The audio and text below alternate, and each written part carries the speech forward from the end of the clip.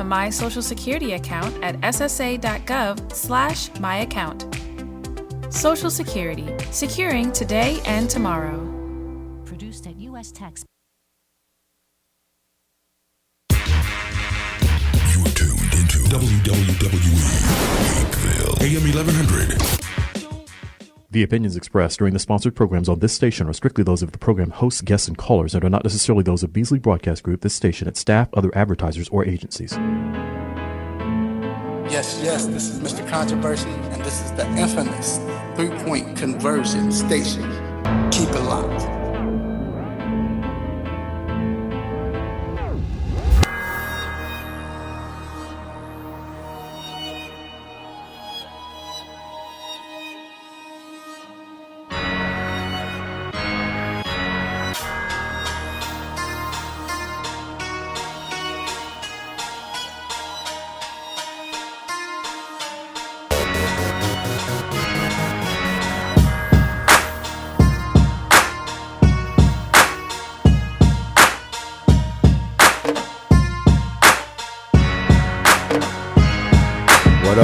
What up? This is The Intellectual. I'm in here not solo today, but Controversy ain't here today. But you know we doing it for him. He'll be back next week. But I got my boy Rick in here today. What's good, boy? Always glad to come off the bench. You already know. I'm already ready to shoot them threes. Period, already. You know I got the best engineer in the world around here. G getting to it. He making sure everything happen today. Yo. So we got a big day today, man. All I can say is trades. Not just, we know the NBA, it was a trade deadline and a lot's been going on, but we got some big NFL trades. You see I got my Chicago hat on today because they definitely made their moves. It's a lot going on. We talking Oscar De La Hoya. We talking NFL. We talking baseball. Of course, we got Dr. Fowler here later on. We got NCAA. You see what's been going on with that. It's definitely been going crazy. So we got to get Deshaun Tate in here to chop it up about that. MLB is not too far away. It's actually starting April 1st, which, you know, is coming up next week. So we got Cortland Griffin coming in, chopping it up about that. Man, we got a busy day. We got a heck of a day. We got our Stop It segment. We got everything going on heavy today. It's nothing changed just because the man ain't here. We still getting to it, making sure it happened. It's round about time to get to them quick hits, man. Let's get to it, G.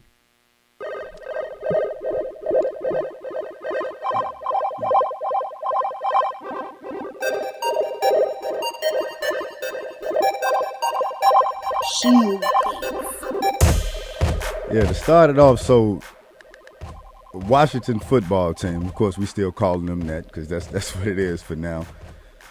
The owner, Daniel Snyder, he say he buying out the other 40.5% stake in the franchise held by the minority owners.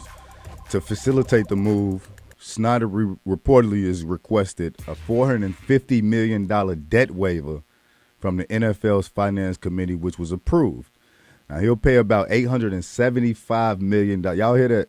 $875 million. He's just going to pay that. Huh? Right, during the pandemic, right? Like, during the pandemic, you know, with league owners to formally vote on the matter next week. The Washington Post reported in November that, you know, WFT, minority shareholders had accepted the $900 million offer from outside investors for their 40% stake. But Snyder blocked the sale by using his right of first refusal to buy back minority shares of the team before they're sold to other parties. Before I get into, you know, everybody's other's opinion, we also got to think about how Snyder's been going through what he's been going through with how the organization has been ran with the sexual harassments and how women were treated and everything. So in the meantime, he say, yeah, so, but you got to think about it. While he allowed them to buy in, he put that first refusal in there so that if something like this happens, yes, sir, I can stop all this. How you feel about that? Hey, man, this my ish. This my ish, and you can't tell me what to do with my ish. Pretty much, that's what he's saying. Like, it ain't. There's nothing else. You can't sell mine. You can't sell my ish. This is mine. That's it. I'm gonna do what I want to do, how I want to do. Dare me. So, So I don't have no problem with that, right? I'm gonna tell you what I got a problem with, right? What I have a problem with, not necessarily a problem, but the NFL blocks all these other things, and they want to. So we know Deshaun Watson, regardless of what happened, he probably gonna get 6 games. I'm talking about regardless if they find out anything. Let's say no law, he don't lose no lawsuits. Yes, sir. The Houston police saying they still don't have no conduct detrimental. He gonna get probably 6 games regardless. Yes, Because sir. Zeke got 6 games over nothing, right? Yes, sir. So this man can do all this, and nobody's gonna block. Nobody's gonna say nothing about nothing. Who gonna tell him? Who gonna tell him he can't? Hey, I guess that's what it is. Goodell works for him. Period. And the players are what? What did the Houston Texans owner say? Inmates. The inmates can't take over the prison. Inmates. That's what it is, man. That's what it is. Moving on. Major League Baseball notified clubs of its plan to use StatCast to catch pitchers who cheat by doctoring baseballs with foreign substances.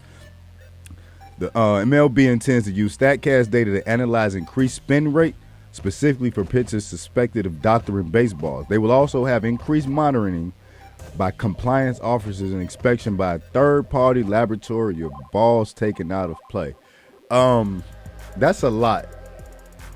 Didn't they just last year ordered the balls to be made differently so they can spin differently, so they can do different things, so they can get up out the park and look cool? So y'all can do that, but as soon as we try to stop y'all from knocking them out the park, it's a whole nother problem. It's a problem. So it goes back to when Mark McGwire and Sammy Sosa was in their home run battle. Steroid era. That they turned the blind eye to. Until it was not good no more, right? As soon as it wasn't good for society no more. Now let's condemn them. Right. I'm talking about to the point where 2 possibly Hall of Fame players are never getting in the Hall of Fame. Yes. There's no way they're getting in the Hall of Fame. And Bud Selig is in the Hall of Fame. Which oversaw it and allowed it to happen. The overseer of the steroid era is in the Hall of Fame. But and when you look back, I'm talking about probably one of the greatest players in baseball, Barry Bonds. Barry Bonds, right? Like, let's take away if you thought he did steroids or not, right? I mean, the years he was in Philadelphia. What? Pittsburgh. Excuse me. Years he was a Hall of Famer there. Like, he literally, if he did do steroids, he did it because Mark McGwire and Sammy Sosa. Like, I'm over here batting 300, 130 stolen bases, and I can't get on Espen, and y'all can't say nothing. Nothing. Yeah. Come on, man.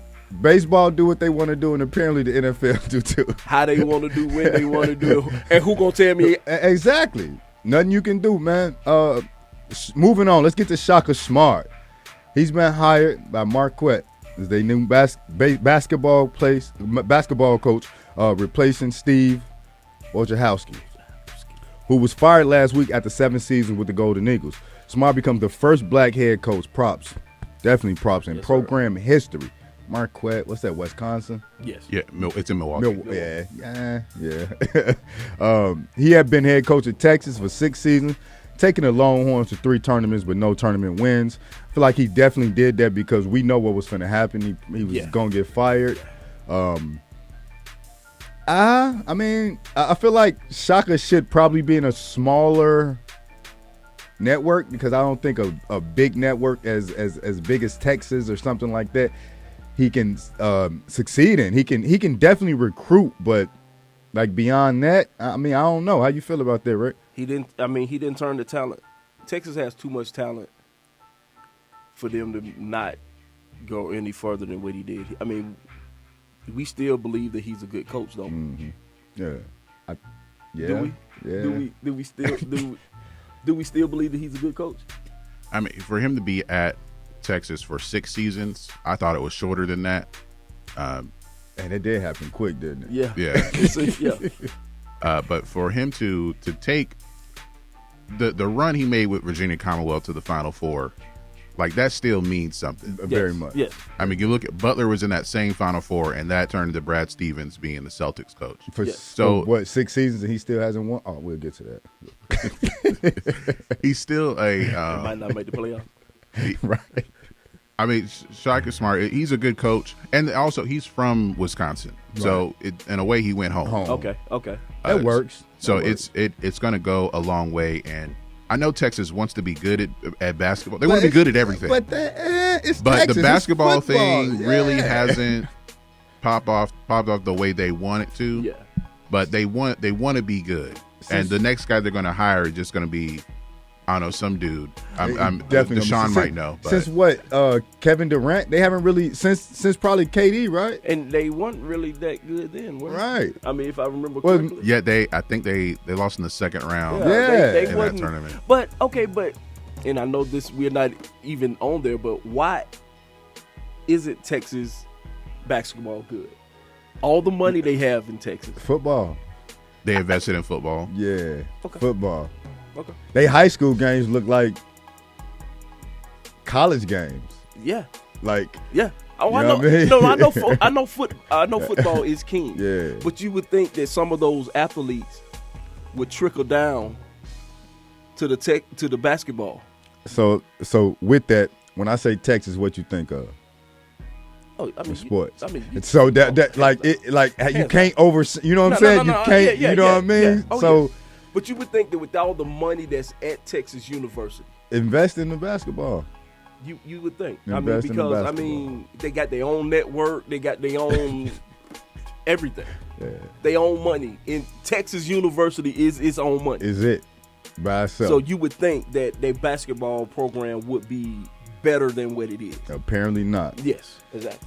Next up, Major League Baseball Players Association Executive Director Tony Clark, y'all remember Tony the Tiger, said that he would look forward to discussing moving the All-Star game from Atlanta in the wake of Georgia's decision to overhaul how its state elections are run.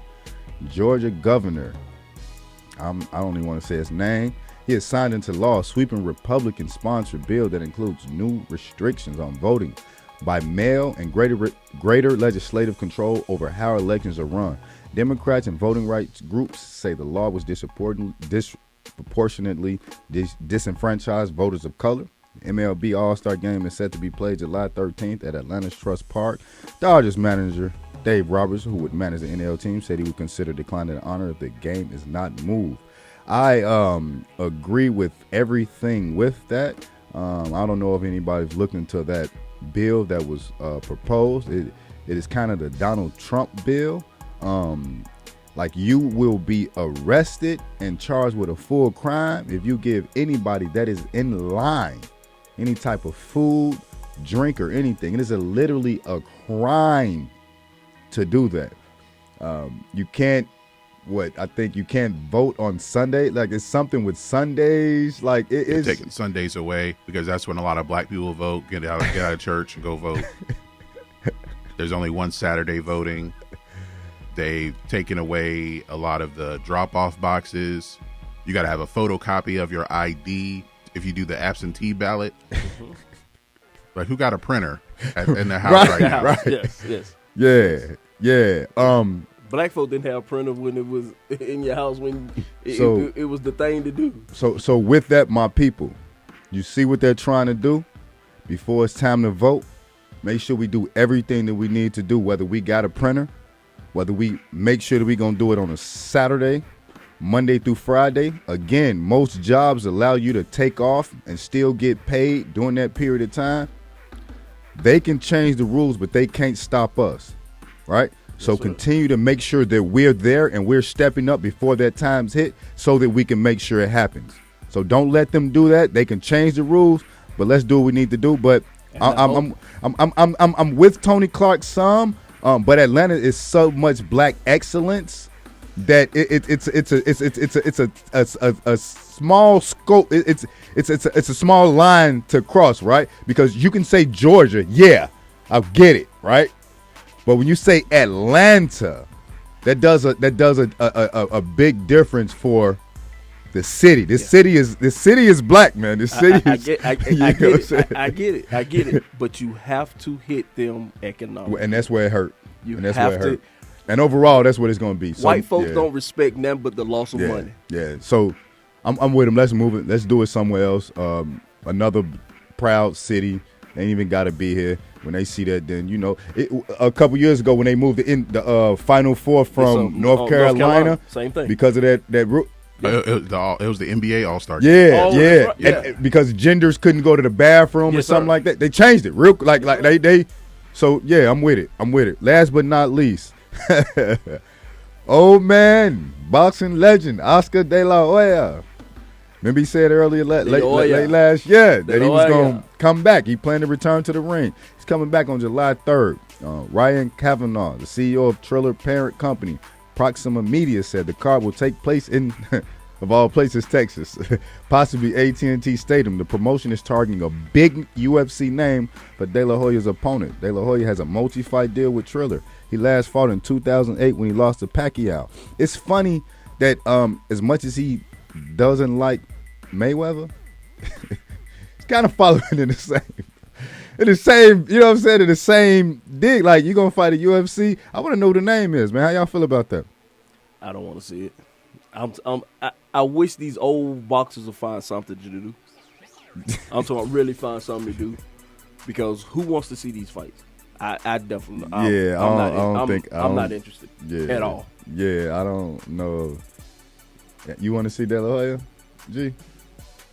Nah, it's been too long. Yeah, and it's going to be some exhibition against a UFC fighter. For me, and I guess for y'all are boxing fans too. Like, we want to see like big fights, but they're not promoted in the same way that they used to be. yes.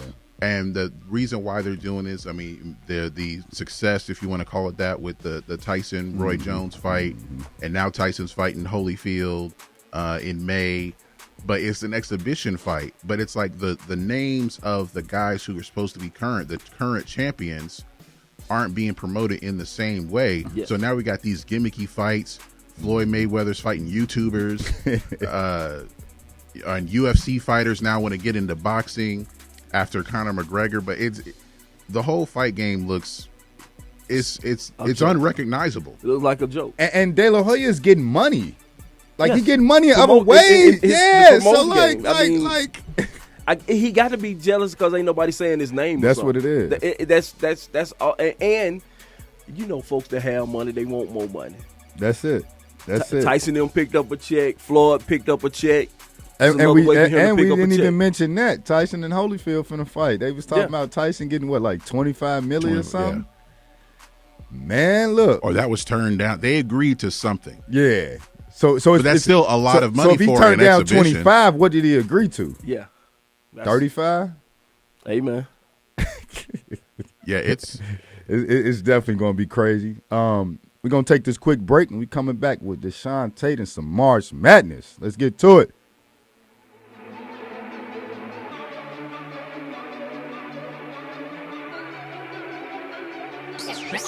Join me for a minute. I want you to hear something. Sports Talk it is.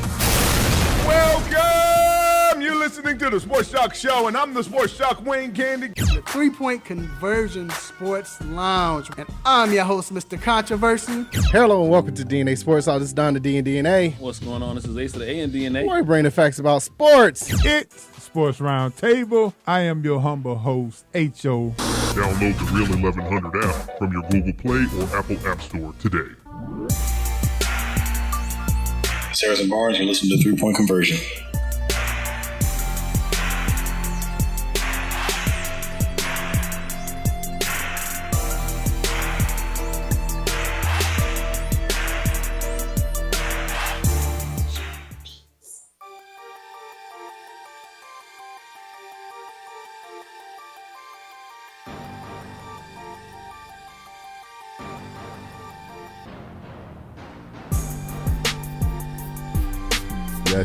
Yes. And we're back. We are back, and we are talking March Madness. You been watching the games, Rick? You been seeing what's to it? I've been checking them out. Been going to sleep to a lot of them. I ain't gonna, hey man, I can't stay up long as I used to, man. Yeah, that's definitely a problem. You know, that really hit me when them West Coast games. Hey man, oh, man, what you be trying? Be trying your hardest. I'm thinking I'm watching the game, and next thing I know is the third. You woke up and you slobbing. Yeah, 4 minutes left in the second half. What happened? Somebody call you and ask you remember when? No, man. I dozed off. Yes, don't beat an 8-0. Boy. So from what you've seen, right, which team you think has looked the most dominant? As much as I hate to say it, Gonzaga. Yeah. Gonzaga. And I never, because over the last, 10 years, we done laughed at Gonzaga. And because they've always been there, right? They've always been a 1 or a 2. And They was always like Luther Vandross curl. Good nail, quiet. All the way curl, right? And this was supposed to be, based on everybody, all the reporters, all the stats, his best team. I think Deshaun talked about it previously that it's not maybe the best team, but the most rounded team, and there aren't other teams that are as good. Yes. So, I guess that's what it boils down to. Michigan definitely still looks good, right? They look good, but without Livers. Yeah. That hurt them losing because that boy was a dog. It's a lot of double-digit teams in here. Yeah. Syracuse. Let's talk about that. Why do you think that in when it comes to the NCAA tournament, when Syracuse comes out in their zone, why can't it be figured out? That's the thing. A lot of teams don't play zone like that. Yes. So they have an advantage because you don't have a lot of time to prepare for it. And it's what they're going to do, but you're just not expecting to play Syracuse. Yeah. And they work on it consistently in practice, right? So they work on it like 15 minutes a week. Yeah. For real? Well, maybe not a week, but they don't spend a whole lot of time on it because that's what they do. Really is it's like it's simple to understand. It's very but simple hard to execute, right? Kind of thing. But if you know how to do it and you know how to play your position, meaning once the ball gets swung all the way over there, make sure that you're at the middle of the court. Like if you can do that, you can mess some things up. So it's less practicing it, but it's more working on getting playing against it. Yeah. So you got to work on playing against it more than a team may have to practice it. But why would you play? But as teams, why would you practice playing against it if you're not playing a team that's? If you're in a division that does not see Syracuse, like G said, like you don't expect. They're 11 seeded right now. Houston wasn't expecting to see them. No. Houston expecting to see one of these, top seed, Illinois or, you know what I mean? And now they going up against Syracuse. So now Michigan being the only big team left and the Pac-10 having, 4 teams still in it? Do you believe the narrative of the Big Ten is a weak conference or the Pac-12 is the best conference this year? I think it's overstated. It's the Pac-12 being the best conference. I think that's overstated. They haven't had a team in the Final Four since Russell Westbrook and Kevin Love and them. So I think that's maybe they've been a little underestimated, but I can't say that they're the best conference. Sometimes this is why it's March Madness. It's really unpredictable. It really can be random. We've seen a Final Four where all the number 1 seeds made it. We've seen ones where it was a 3, a 4, an 11, and 12. That's it. That's all. That's all. And I think that's one of the biggest things with March Madness. It doesn't matter what you thought you were. Yeah, one game. It's one game. It's one game, dog. So when I was watching Illinois against Loyola, of course, I didn't want them to meet at that point because again, that's both of them are the crib, right? Yeah. And Illinois was the one, so I want them to go as far as they can. But when you saw that defense Loyola was playing, people didn't know that they were the number 1 defensive team in the nation. But you saw it. You saw Illinois not being able to get into their cuts, their sets. A National Player of the Year candidate, Ayo, couldn't do anything because of the way they were attacking him off the pick and roll. It's one game. One game. All I need you to do is shoot bad on one game. Yes, sir. Not be focused in a certain point on one game. Some kid to be lights out on That's one it. game. So, things change, or that's kind of what it is. Do you feel or have you looked at Cinderella teams? Who do you feel within the Cinderella teams had the best chance to move on? But I mean, look at it's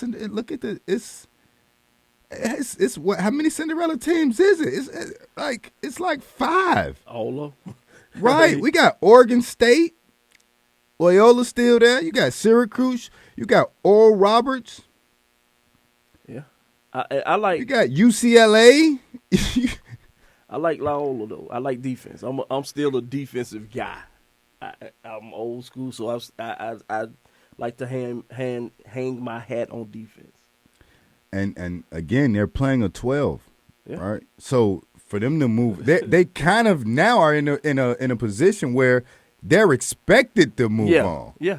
You know what I mean? Are they any longer the Cinderella? Right. They're no longer the Cinderella. Yep. And let's talk about some players that stood out the most. I'm gonna stick with Loyola. What's the Krutwig, the crazy center? dude, man, the crazy dude. Yeah, man. And nobody want to talk about him. They'd rather talk about what's her name? Sister Jean. Sister Jean. Her prayers and how she gets Well, she's the good luck charm. First off, she 1,000 and she 1,200. She 101 years old. But she's been a basketball head her whole life. Yes. She has. And she said they would get to the Elite Eight. Man, so it that might come true. Man, they right there, man. They right there. And again, not to continue to harp on it, man. That Illinois game, like, I think in the first half, while I was watching it, I was like, Illinois in trouble because it wasn't flowing. Yeah. Like it wasn't. When you see a team that you like, yo, this not looking good. You know what I'm saying? Like, this could be a problem. You know what I mean? Like that disruption. I mean, man, Michigan, one game. Man, Michigan has been looking good. He's going up against his Juwan Howard is going up against his kind of mentor. And isn't they going against Florida State? Yeah, Leonard Hamilton. Yeah, he's kind of going. Did he coach him with the Wizards? Yeah, I think. Yeah, he possibly. did. Yeah, but something with that, like he's like kind of like his mentor. His, you know what I mean. So that's definitely going to be a big game tomorrow. Florida State is always around. So it's funny, right? When Pat Williams got drafted earlier last year, whatever. Yeah, last year by the Bulls. Everybody was like, "Who's this kid?" Florida State don't come up with. I had to tell somebody, you need to look at Florida State record. They actually been better than Duke the last few years. They are always around. They just hadn't been able to get over that hump. But they's always Lionel Hamilton. He gets a lot of good players. Yes. It's just in the tournament, things haven't worked out. But he does have good teams, and a lot of players from the program have gotten to the league. Jonathan Isaac is Jonathan from Isaac, there, right? It's some Florida State. Yeah, ballers. They put ballers in the league every year. Yeah, ballers. I'm talking about ballers. And I think people don't really look at Florida State as far as the basketball, exactly, because it's a football school. Because they think football. Right lately, it's supposed because in the same case, Alabama is in the Sweet 16, and there are 2 seeds. There are 2. Yes. But no one thinks of Alabama in those terms. There are 2. Arkansas still in? Let me see. I was just looking. Let's see. Yes. That's another one. Then. Those and yeah, they're playing Oral Roberts, and they better what but time? 7:30 today, 7:25 tonight. Like that, I might eat a salad, a light salad. Yeah, a light salad. So you go to a sleep. light salad and some water. Water. That hey, it's some games on the day. Yeah, Loyola and Oregon State, Baylor and Villanova. That should be a game. Yes, a 1 against a 5. That can really go either way, just because Villanova they've had that. Yes, they won 2 national championships, but in the other, they hang around, so you never know. I think that's really a toss-up game right there. It definitely is. And that's after that you get your nap in. No, you might want to get your nap in a little earlier. Get your nap in so you don't fall asleep on the Arkansas game. After Baylor and Villanova, you got Arkansas Oral Roberts. After that, you got Houston and Syracuse. I think that's going to be the shocker game. I think that's going to be a real good game just because nothing to take away from Houston, but who would expect Houston to be a number 2, right? And then they're going against Boeheim. Like, this is what he does. This is his time. This is what he does. You talking about the coach or the son? The son. Buckus Boeheim. Yeah, like he be balling, right? Like, so you don't expect coaches' sons to do that, right? You like, because in college they don't do like maybe in high school they make sure their son play. Like, if you're not hooping, dude, I'm not putting you out there. Yeah.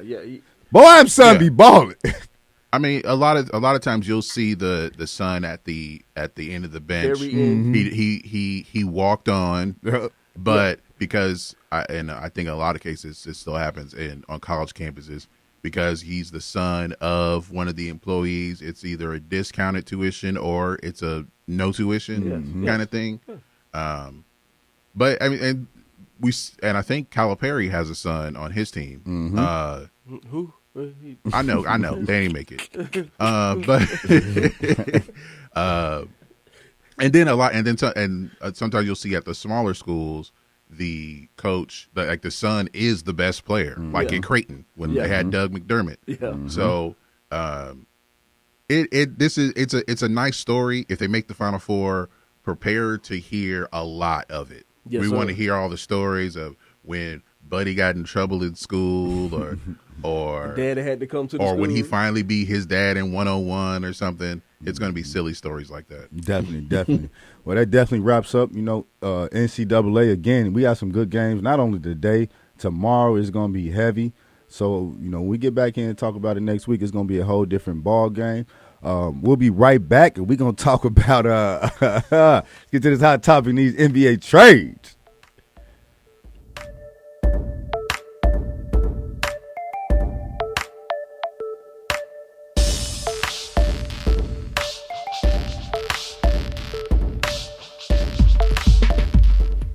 Have you been looking for a radio station that gives you sports? I don't believe it! It's a touchdown! Entertainment? Are you not?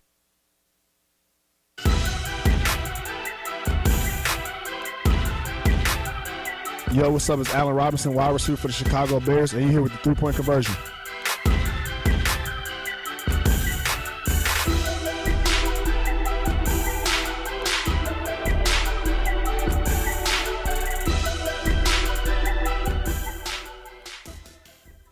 Get ready. From the oven to your ears, it's now time for the hot topic.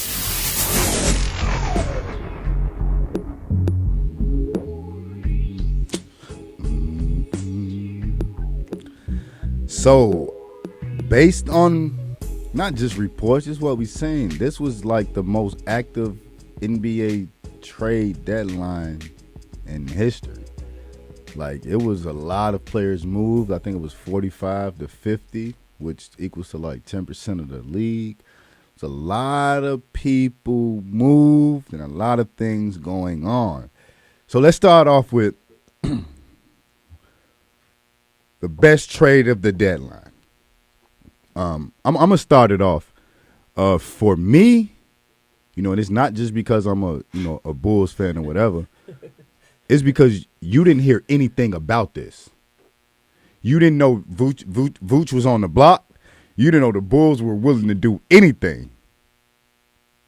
And they came up with Vooch, Aminu, Tice, and 2 other wing defenders. And they gave up. So I liked Wendell Carter, but I feel like he has butterfingers, man. And it feels like and I know he from here. You know what I'm saying? Like, but he felt like he had butterfingers. The night before he got traded, he literally got dropped the ball wide open. He fell. Like, he literally fell. Like, he fell so bad they thought he may have injured himself. You know what I'm saying? and gave up like Daniel Gafford, 2 first-round picks, which is 2021 and 2023. In 2021, you figured they was going to be around. They probably was going to make the playoffs and play-in games, so they wasn't going to be in the top 13. This draft is what, top 5 heavy? After that, it's kind of And because they're so young, do you want another young player to come in and, do anything? Then they give up 2023. So, Rick, what how you feel about one of the best? What you feel like was the best trade at the deadline? I think George Hill going to the 76ers. I think that's big. Huge. Because he's a shooter. And he's a point guard. And he's a shooter. Yeah. Yeah, and we know Ben Simmons is not a shooter. Yeah, and he's not for nothing. He's a point forward. You know what I'm saying? Everything else he does with the ball is pretty good. Yeah. But yeah, I think that George Hill, because like I say, in late game, he's been in those big game situations. Mm-hmm. He's been in those. Been in those moments. He can help Doc in those moments. Yeah, your coach on the floor. Yeah. I mean, he from Pop. Yeah, you know what I'm saying? Yeah. So that's what I like that. I like that move. What about you, G? You got a trade that you look at that was like huge? All right. So here go another one that I feel like was huge. It depends on how it plays out, right? And what I mean by it is, what Oladipo you gonna get? That was my next one. Oladipo. So they didn't give up anything. So I feel like in any way they won. Yeah. You know what I'm saying? But what Oladipo you gonna get? I was chopping up with my homie Stone. Shout out. He doesn't have to be Oladipo that got to score 25 points a game. No. He can come in and score 17 points, be efficient. Yes. And even though he's going to start, he can lead a second unit and kill when Jimmy got to go out. Mm-hmm. And he doesn't have to be the facilitator. He can play off the ball. Like, he literally is the third. He's the third person to touch the ball. Yeah. Meaning Jimmy, Bam, or Bam, Jimmy, because they kind of, switch back and forth. I feel like there isn't a 1 or 2. They are both 1 and 2, depending on how they feeling. So with Oladipo coming over there, if he can get healthy and do what he needs to do, and they get a good sample size of him, they gonna get something back regardless, right? Mm-hmm. Like whether they want to keep him or even if they do a sign and trade. You know what I'm saying? So they're gonna get something, and I think that definitely was one of the biggest moves, and I guess what we see from Oladipo will determine what he's going to be and how it's going to be. G, did you have a best trade that you liked? Yeah, I like the Oladipo trade. It will work for Miami. I guess it could lead into the most head scratching trade is that Houston. I don't know if it was a lack of foresight or what they were actually looking for, because James Harden has turned into Kelly Olynyk and Avery Bradley. Like 2 other people and like a second round pick or something. Yeah. So it hasn't flipped to anything. And kind of on the other side, how Miami trading the Miami Dolphins trading Laramie Tunsil. Mm-hmm. They have 2 first-round picks for the next 3 drafts. Yeah. But Houston, I don't know. Y'all gonna have to build this team around Christian Wood, I guess. Right, but and even with that, right? Like you could have kept Karis LeVert if you didn't think you were going to keep Victor Oladipo. Karis LeVert contract is like nothing for the next few years. The head scratching trade for me, and some liked it. Was the Gary Trent Jr. for Norman Powell trade. I know Norman Powell probably has a little bit more D and probably has been in the league just a little bit longer. But he is a completely unrestricted free agent after this year. You would have had the ability to match anything with Gary Trent Jr., who bet on himself, which, man, I'm proud of him for doing that, and he's definitely doing his thing. But since C.J. McCollum was out, he balled out. You know what I'm saying? So I don't know how far Norman Powell really pushes the needle beyond from what you were doing anyway. I maybe I think it's more of a trust thing. You said if Powell's been in the league a little bit longer, more of a trust thing, and either whether he's going to be the third scorer that can play with Dame and CJ or be that first guy off the bench. It will help Portland in the long, well, at least in this for the rest of this season, Right. having another scorer, especially at the guard position. That's something I think they were looking for when they made this move. And Gary Trent Jr. was really the only asset they had if they wanted to make a move. Yeah, and I think that was probably one of the biggest things. Like any move you can make, he's going to have to be included. So, that got figured out. But let's go to the biggest trade that didn't happen. Kyle Lowry. Now, all the last 2 weeks, that's all we've been hearing, right? Kyle Lowry. Reportedly, Lakers didn't want to include Taylor Horton Tucker in the trade, and Miami did not want to include Tyler Hero. Do y'all feel like either team should have been willing to part with either players?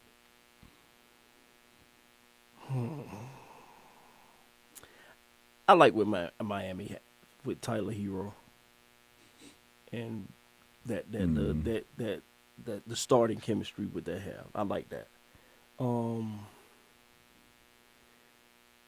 Taylor Horton Tucker. Seemed like the Lakers would have been willing to get, because Kyle Lowry, you know what you're getting from him.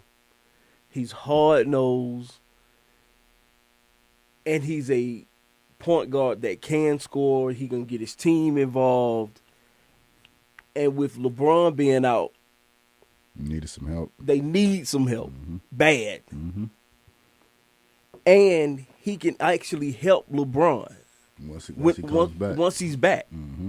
So that to me seeming like would have helped the Lakers more had they went on to let that piece go. All right. So my point on that is that exactly, like, we, not for nothing, Taylor Horton Tucker from the crib, so I want him to succeed and be the best he can be, right? But we know what Tyler Hero is, right? Like we seen it in the playoffs. We know what. So for Miami to hold him, you can't get that. And from what I hear, they said you can't get him or Duncan Robinson. Like, that's not gonna happen, because Duncan Robinson is a shooter. Mm-hmm. We know what he's gonna do, but even still, like, we've been hearing Taylor Horton all year, what he could be and woo. So what you going to continue to do is say, because of what he could be, is you not going to do this or do that. So the Lakers' next 10 to 12 games are tough. They won last night, which I said they had to win. They need to win their next game, which is against the Magic.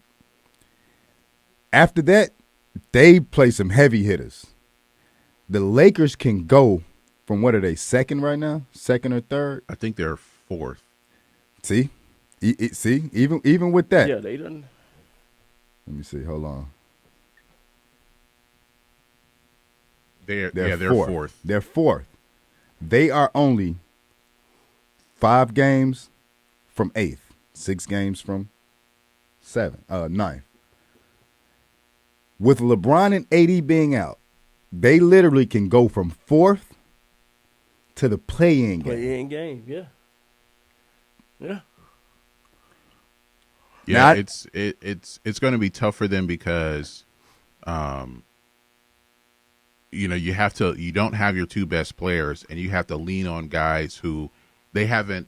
I don't know how much these different lineups have played together. Mm-hmm.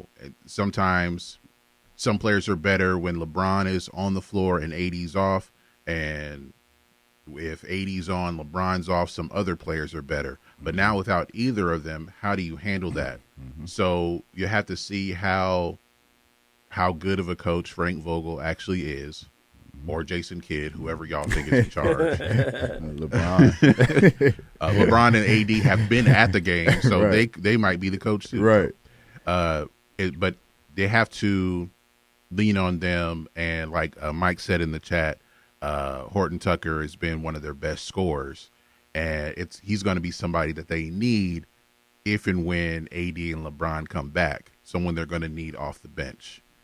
And I think it's the same thing with Miami, that Hero is one he can be that sixth man, but then he had also been starting, and he had been effective both ways. Mm-hmm. I thought the piece that they would have tried to put out there would be Kendrick Nunn, even though since he got COVID last year, he hasn't been right at all. He came back a little. He didn't, got a little. It's been slow. Yeah, but I thought he would have been the piece. But with that, I'm glad you kind of talked about that a little bit. Like, everybody's recovery from that has been different, right? Like some people get it and they come back, and some people get, like, look at Russ.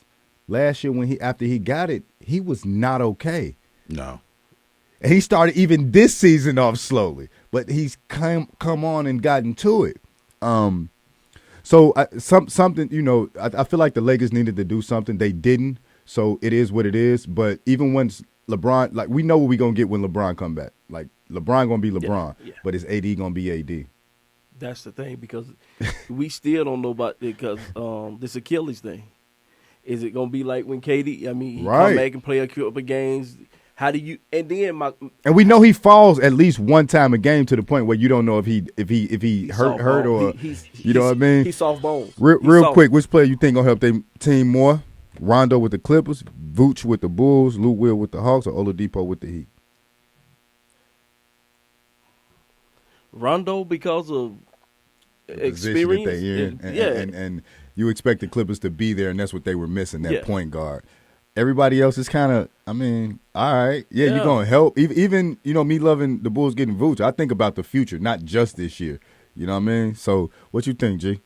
Yeah, I would think more Rondo with the Clippers. They needed a point guard. And somebody, and a leader, right? Yes. Like, they needed a leader. Somebody to cut, because that's going to take he can bring the ball up the court. Now you got because Kawhi can play off the ball. Yes. On the ball, he's okay, but running plays for him coming off screen, and he leads by example. He can do that. Yes. Rondo gonna say, "Hey, get over here! I won 2 championships. Hey," he gonna do that. And he's probably smarter than the coach. He is. And the thing that has helped Kawhi and Paul George is that they've had experience playing with veteran point guards. Paul George had Russ. Mm-hmm. He also had George Hill and Darren Collinson. So, and then with Kawhi, he had Tony Parker. That's it. And Kyle Lowry. That's right. So they can play. They can play with. If they have a veteran point guard, it really does help their game. Definitely. We're gonna go to a quick break, and we coming back. Now we talking NFL, because it was some big trades going down in the NFL too. We'll be right back.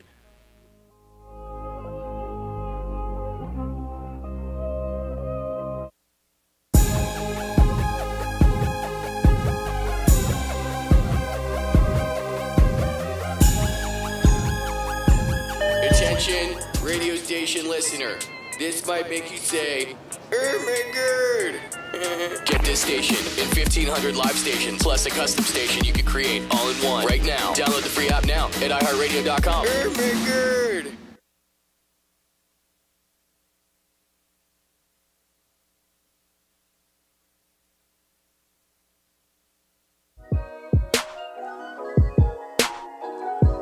This is Charlie Batch, 15-year NFL veteran, 2-time Super Bowl champion, and you are listening to the 3-Point Conversion.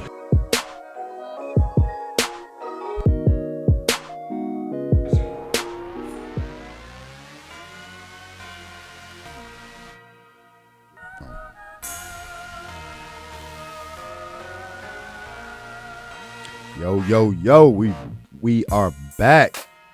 It's NFL time, man. I don't know if y'all was paying attention, but them Dolphins, they was on something the last couple of days. They was trying to get to it. So to start it off, they traded out of the number 3 pick. Remember how many picks they had this year? This in the first round, G, like 3 or 4. This year they had 2. But they were able to they were at number 3 because they part of the Laremy Tunsil trade with Houston. Houston was terrible last year, so now Miami's number 3. But they're not in a position. It was a question of whether they would draft a quarterback over Tua after 1 year of Tua, or would they look for a receiver?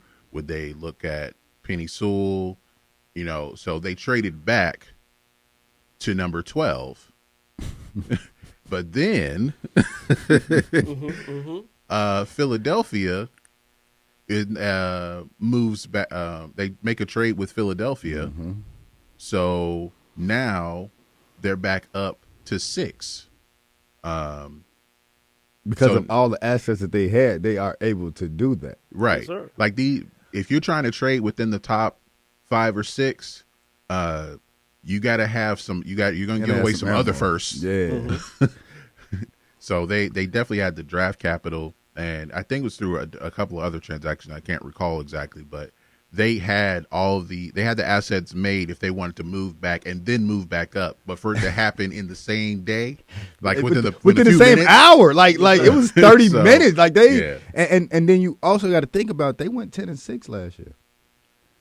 They weren't. They secretly got a good team. Terrible. And it is arguably that had they stuck with Fitzpatrick, they might have been a 12-4. Might have been, yeah. So it's, it's Flores got something going on down there. He got it popping. Yeah. So now they got 2 first-round picks for the next 3 drafts. Did y'all hear what I just said? Amen. They have 2 first-round picks for the next 3 drafts. Amen. Will they use those picks, or you think they're going to use those assets for a trade? Probably both.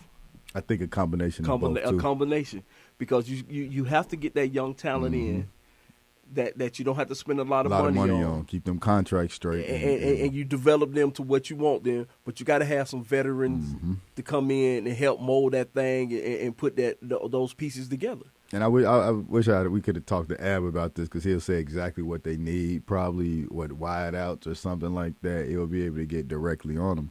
But I think like you say though, Rick, they're gonna use a combination of both to make sure that their team continuously gets better. Yeah. After posting a 10-6 record, like now, not only the fan but even the front office is expecting more. 11-5, 12-4. Yes. Even if you are 10-6 again, you need to be in the playoffs. You need to be pushing a needle and slowly getting better. And who would have thought when Flores first got there, getting rid of Tunsil, getting rid of Fitzpatrick, and stockpiling all these picks and getting rid of players that didn't want to be there. And the locker room, right? Yes. Like getting that locker room straight, making it happen. Yeah. And you're still winning. Because you'd have thought once they got rid of Fitzpatrick, you're like, Tua going to struggle a little bit, which he did, but their defense said, hey, we got you. Yeah. The defense said, hey, we got you. And who would have thought that with getting rid of Fitzpatrick? I mean, Fitzpatrick, thinking about Fitz Magic. Right. yeah. Now, San Francisco traded up to number 3. However, they say Jimmy G is their guy. Hey, man, you got to make folks out. You got to make people feel good. This is a feel-good industry. What you think they doing? Man, if they keep Jimmy, it's so that he can teach Whoever their first round, they number 1 draft pick, which will be a quarterback, how to play in Kyle Shanahan's system. To teach him the system. That's it. And then they probably be looking to trade him midway through the season to get him up out of there, or he will be a pretty guy with a visor on with the clipboard. Well, he got 2 years left on his deal. I don't know what the cap. He probably got all his guaranteed money. Yeah, I think he has. Let me see, $74 million guaranteed, and he has already made. Yeah, pretty much most of that. Well, he got 41 at signing. And for the next, I think he's made most of his money, yo. So, hey. Yeah.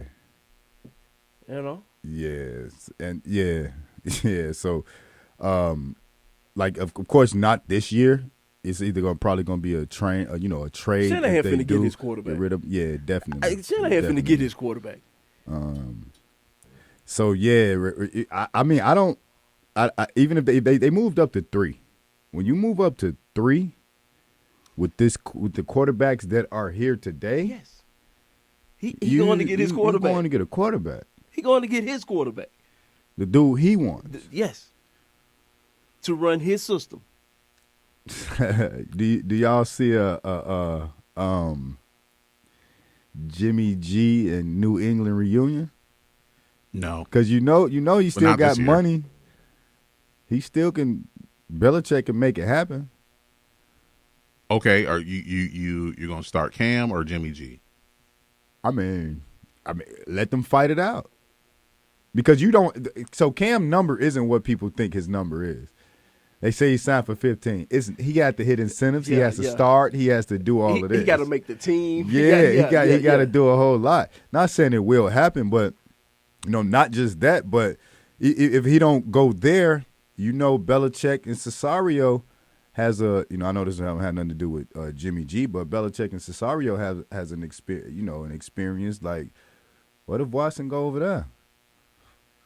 I don't think I'm gonna watch football. Not watch football, but if Watson go to New England, man, look, man, leave me alone for a little while. They cheat. Leave me alone for a little while.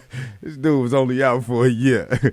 All right, so the Eagles trade down, but it looked like they tanked the last game of the season anyway. Do you think they want to give Hurts a full season, or are they being petty towards the Giants, or both? Like, how do you feel about that situation? I think they stuck with giving Hurts a full season. Yeah, you got rid of Wentz. I mean, and he's supposed to be sound like he doing all the things he's supposed to do. He got the boys. And he a winner, man. He a winner. They went down to the beach and they throwing the football back and forth. So they supposed to be doing that. But yeah, they petty as hell. Let's stop playing with this thing. They being petty as hell. And they moved down. What number did they move down to, G? They moved down to 12. Yeah, they're not looking for a quarterback. No. They got other things. And if so, at 12, who do you think who would fall to 12? I don't. Well, they're not looking for a quarterback. If he falls down to them, Micah Parsons, linebacker out of Penn State. I think he ran like a 4.4 something yesterday. Sideline to sideline. So if they're looking to get some speed on defense, but he could go earlier. It is possible he could go earlier. A lot of teams saw that time. That 40 time changed a lot of people's minds. But also they may be looking at a receiver. Devontae Smith may be there. Jamar Chase might be there. So they have some options. But it would be someone that they don't have to take so high, especially. And then, you can use that leverage for the teams who are looking for a quarterback, because apparently all these quarterbacks, I know we're going to get to that, but with Trevor Lawrence, Fields, Zach Wilson, Trey Lance, Kyle Trask and Mac Jones might sneak into the top 10. You never know. So if these teams are looking for a quarterback and you already have one, that's one of the GM's best friends is is the leverage to get other teams to give you stuff because they want that particular quarterback. Yes, sir. Now, with that being said, with the quarterbacks, you think they just take Zach Wilson or another quarterback at number 2? I think if they like Zach Wilson, they'll take him. And I have not heard any other position that they would take at number 2. I know Corey Davis, who just signed with the Jets, he's like, "Oh, Sam's the guy." First, we're hearing that from you. Not just that. I mean, you just got here. Yeah, you haven't done anything, dude. And yeah, so I mean, you never know. But I have not heard any other player that the Jets, any other position besides quarterback, that the Jets are interested in taking. But why do they give up? Why do not just them, but people give up on quarterbacks so quick? Like Sam Darnold is literally in his 3rd year. 1 year he had mono for like 8 games. Yeah, that was his 2nd year. I think. Yeah, he hasn't had a wide receiver. His best wide receiver was Roddy Anderson, and Gage was his coach. Yeah, and like Well, this is. Do you know how many assets they can get at number 2 and then put something around Darnold? But this is what happens with the young quarterback now because of the salary slots that draft picks are in. You know how much they get paid already, and it's a lot less than what it used to be. Yeah, like the Sam Bradford, Matthew Stafford contracts, rookie contracts don't happen anymore, and what teams are trying to do now, and you've seen it over the last few years, when the quarterback's on their rookie contract, now you pay the other players and you try to win a championship. Right, and if you don't, the Chiefs just did that. Yeah. The Rams did that. Yeah. So, in a way, the Eagles did that. I know Wentz was hurt, but he was on a rookie contract. So you try to win immediately, and it sounds impossible. But since it's been done, now every team's trying to do it. Like I said, the Bears tried to, but they put everything in the defense and everything around to try to make off that rookie contract. Yeah. And then they got Dalton. Well, the draft.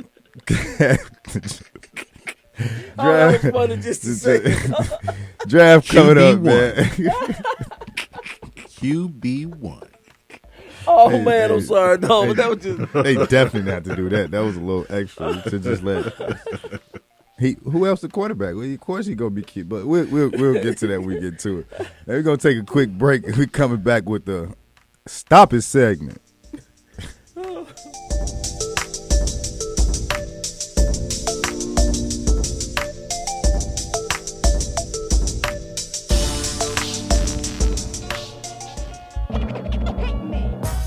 What's happening? It's your man Big T doing big things. Y'all know what it is. ATL Hawks official DJ and Rap City forever. You're checking out the 3-Point Conversion Radio. You dig? You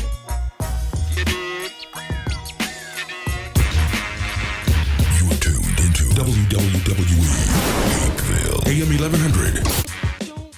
The opinions expressed during the sponsored programs on this station are strictly those of the program hosts, guests, and callers and are not necessarily those of Beasley Broadcast Group, this station, its staff, other advertisers, or agencies.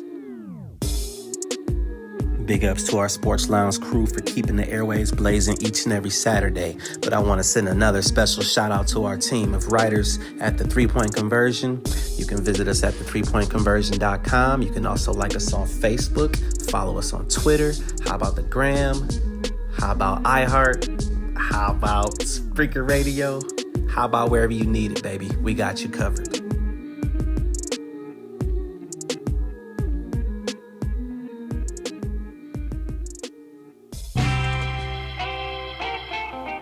No mercy. Don't let up on him. Go hard on him, Mr. Controversy. Hit him with the stop it button.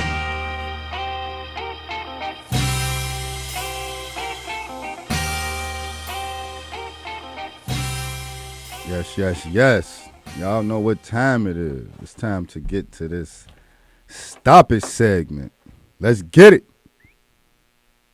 Stop it. Stop it. Stop it. Stop it. Stop it. Stop it. Stop it. Stop it. Yes. S-T-O-P, new word, I-T. Stop it. Stop it. Get some help.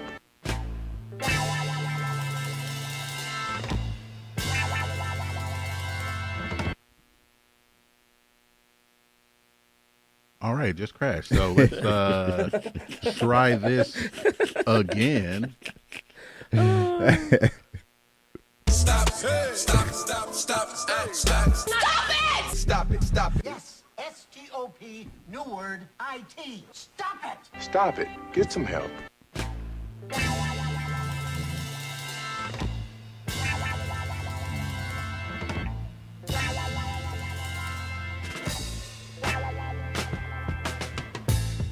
Yeah, so I'm gonna go ahead and start it off. My stop it actually is going to Toronto GM Masai. How you say his last name? Ujiri. He said that he was surprised nobody stepped up to the asking price to get Kyle Lowry. So the reason I'm giving it a stop it is because Kyle Lowry is on the other side of 30. He wants a new contract paying over $25 a year. And what you were asking for was highway robbery. Like, Toronto isn't going anywhere this year. We can kind of see that. and he had been on the block. Literally, he threw up the piece the other day like he was up. Like he was going. No, it was done. He was done. Done in Toronto. And you said nobody stepped up. No, you probably should have stepped down because you knew what the deal was. You know what I'm saying, man? No, stop it, man. You got to take that one. Stop it. Like I don't, and I know that you're supposed to get everything you're supposed to get and all of this, but come on, Masai, I think he was doing too much and he wanted way too much. You got to stop it, Rick. No, I don't. Well, the internet system here is. We've been crashing since yesterday. Hey, that's definitely a stop. Y'all needed to stop. Stop it. We got some things to do around here today. Yeah, you're gonna be going through this all day. All day. What's up? Let me get one more because it's going on since yesterday. Stop it. So yeah. What's up, G? I know you got some. What's your stop it for the day? All right, mine goes to an now former NHL referee named Tim Peel. He has been essentially fired for wanting to. he wanted to give the Nashville Predators a penalty in their win over Detroit. This happened on Tuesday. The thing is, he was trying to force a penalty call, and secondly, he got caught on a hot mic saying this. The Nashville broadcast caught him saying, "It wasn't much, but I wanted to get an effing penalty against Nashville early." So the NHL has opened an investigation to his comments, but all you got to do is fire him. I'm sure. And all these refs, if y'all trying to control the game that way, just shut up. Just shut up. Don't talk about it. There are mics. Think about it. Everywhere. TVs, mics, internet, everything, everywhere, all time. Everybody trying to get a sound bite. So just shut up. And you got to use some hand signals or something. He gonna be a high Y'all school. gonna be standing in the middle of the ice. There's a mic somewhere. Yeah. Where you gonna coach now? High school. Oh, he was playing. The thing is, he was going to retire at the end of the season. But he can't get no pension and not like to get retired now. Yeah, Ooh. The wrong way. Stop it. You can get that hot 400 from unemployment. Hey. I was so scared. All right, that's it for the Stop This segment. We'll be right back. We're gonna get to this NBA shoot around. Let's talk not just the trades, but let's talk about got a few things to talk about. We'll be right back.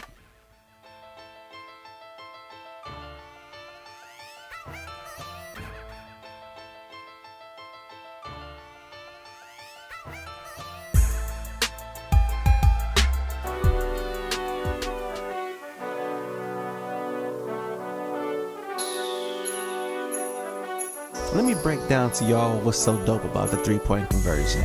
First of all, everybody is a fan of the game first. Second of all, everybody is a student of the game second.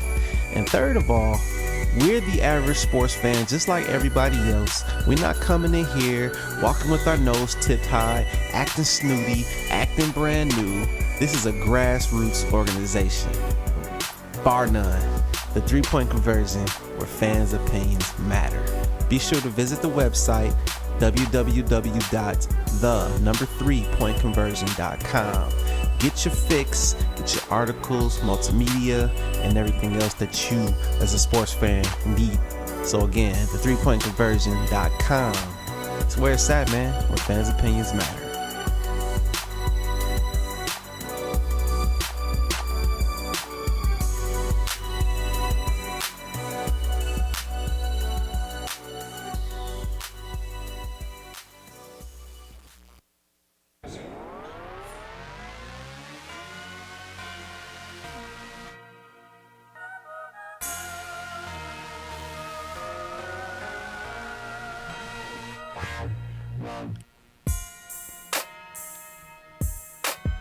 Y'all hear the beat?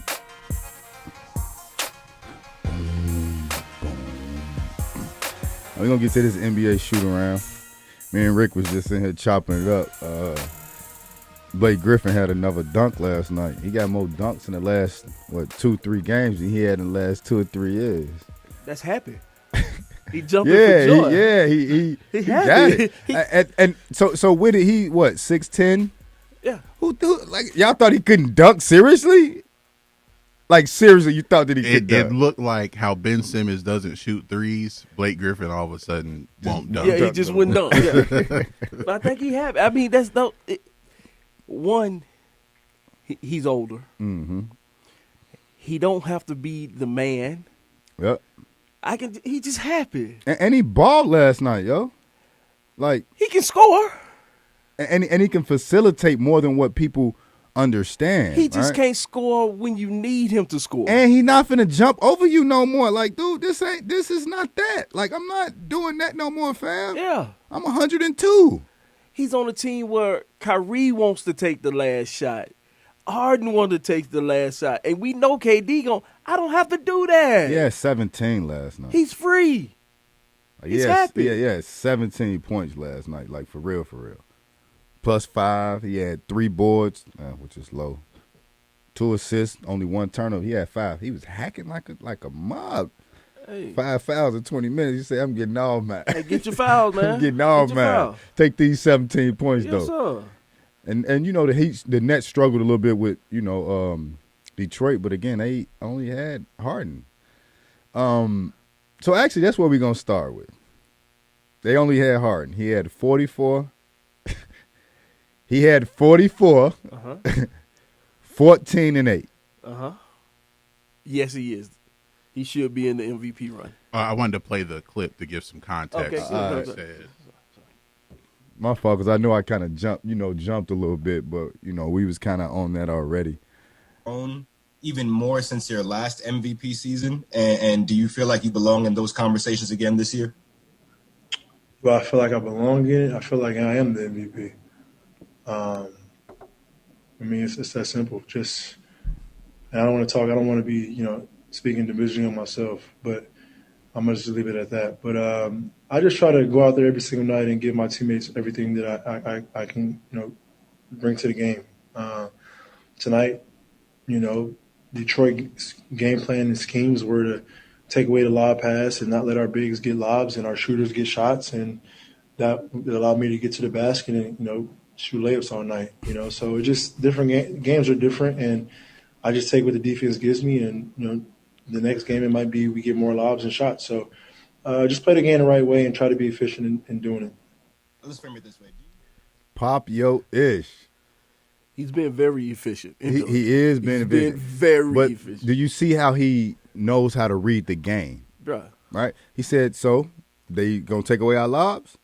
All right, I'm going to lay the ball up all night. I'm just going to finger roll. Just go with this nice lazy layup. Like, that's it. That's all. So, we've talked about it. Earlier for me, like when the season first started, KD was really not only being the comeback player of the year, but he was probably MVP. Like he was balling like that, right? And then when he went out, but Embiid and Jokic were doing their thing, right?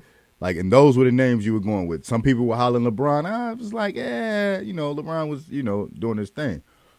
But now all of them are out now, right? Like literally everybody that we were talking about other than Jokic are out.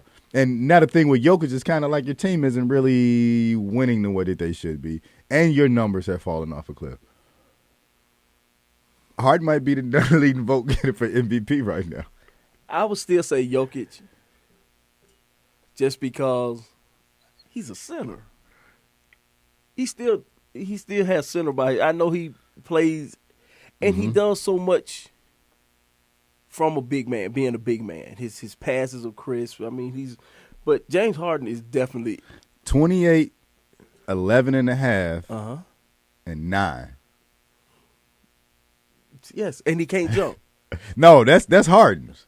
Oh. Now I'm finna go to 28, 11, and 9? Yeah. Okay. That's 9 rebounds, 11 and a half assists. Now let's go to Jokic. And we tried to write Harden off when he was in Houston. Right. I think he had a fat suit on. He should get an MVP just for having the fat suit on. A fat suit on. He should get the MVP just for having the fat Jokic suit on. Jokic is 27, 11, and 8.5. You're 1,100.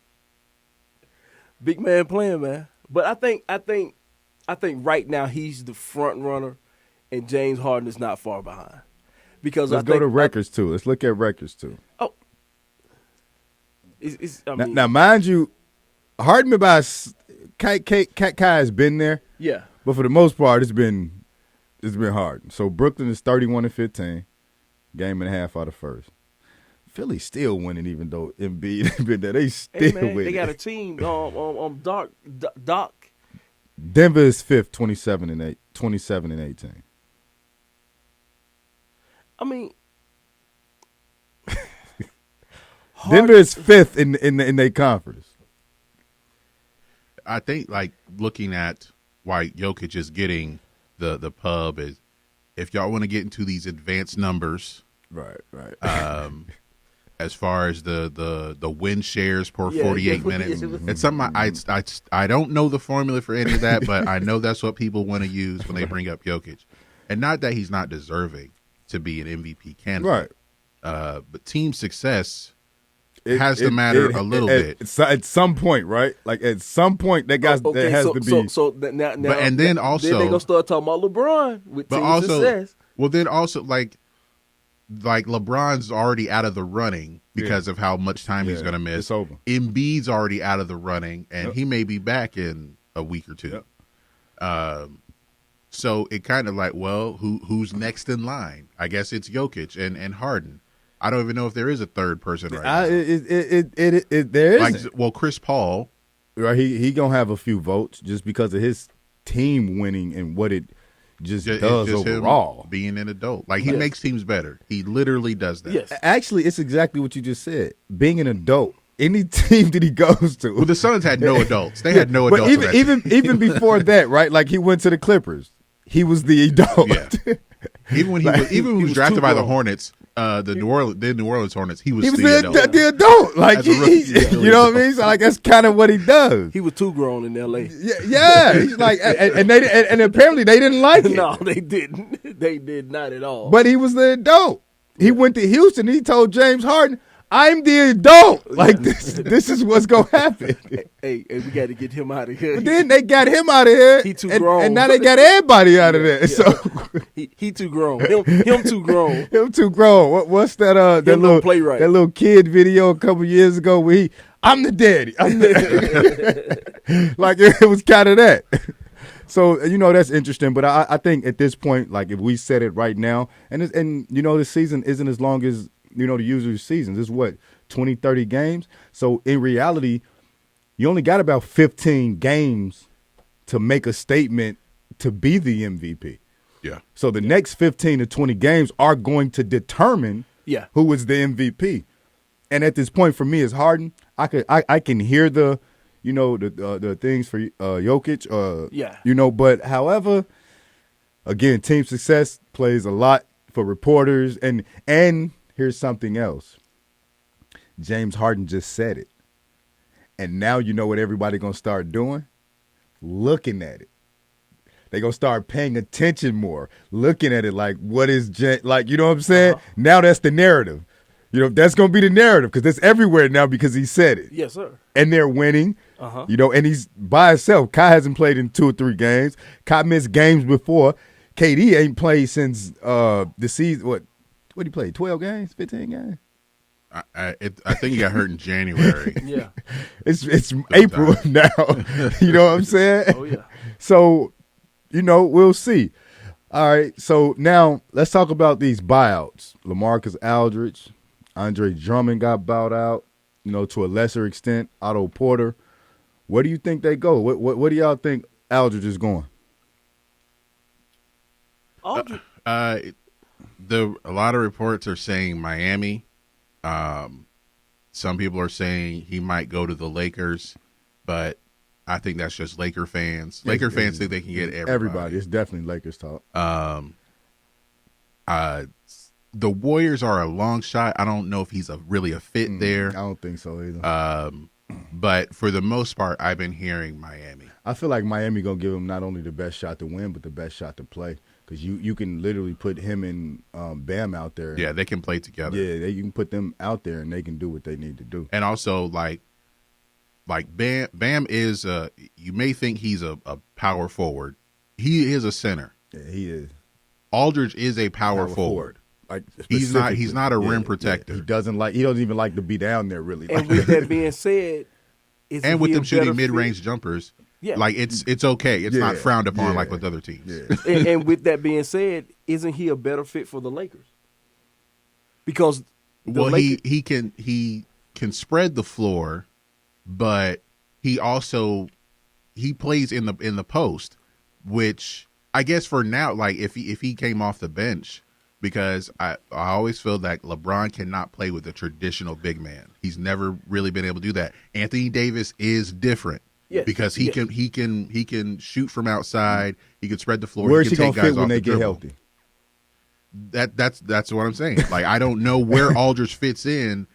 And that's LeBron also goes and into AD. that's why I don't think he's going to go to Portland. Where is he going to fit once they get one? Because Nurkic go back to Portland. Yeah, because that's Dame's been the still report. there. That's why he left in the first place. It's Dame's team. Those were some of the reports. Unless he had a come to Jesus moment, I don't think he's going back to Portland at all. I feel like it's Miami. Like I don't see him really going nowhere else but Miami. The Lakers, I think it's a long shot because. Okay, I can play now, but after we get deep down, like, am I chasing a ring to go there? Or do I want to play basketball? Because it's not about the cash no more, right? He gave, 5.5 back just to be able to play, right? Yeah. So it's not about that no more. It's about not only winning, but being able to play and win at the same time, right? But now let's get to Andre Drummond. So while I feel like he would be great with the Nets because of all they need is a defender and somebody to run up and down the court and catch oops. I feel like he's going to go to the Lakers. I'm going to tell you why. He really don't fit in there. I think he fits better, right? I'm going to tell you why. Jeez. What does Anthony Davis hate to do? Play defense. Play down low. Play down low and play the 5. All Drummond going to do is play down low and play the 5. And as far as time, as far as playing, he going to start off the bat. And he going to be able to play 30 minutes a game. And all he has to do is run up and down the court, get rebounds, play defense, and play pick and roll with LeBron James. But he's not going to clog up the paint? For who? LeBron. For LeBron. Probably some. Like he's more of a traditional, of a traditional big man, and he may be a better fit than Aldridge, but it's not that much better. But he know how to get out the way because it's not like he's trying to set up and post nobody up. Because if he come over there, he gonna know off the rip, dude, we're not dropping it down to you in the post, and you're not doing you're not in Detroit and trying to set up your post. Yeah, like that. That's because to be a buck, you don't even have any. Like I saw him try to drop step somebody one day, and I look like, bro, don't. What you doing? Yeah, don't do that. But I think a sleeper team is the Knicks, and I'm gonna tell you why. They can offer him a contract. Like they don't have to wait. They got a lot of cap. Yeah, they don't have to wait until the summer to offer him a contract. They can offer him a deal right now. Yeah, they can. I like the Knicks too.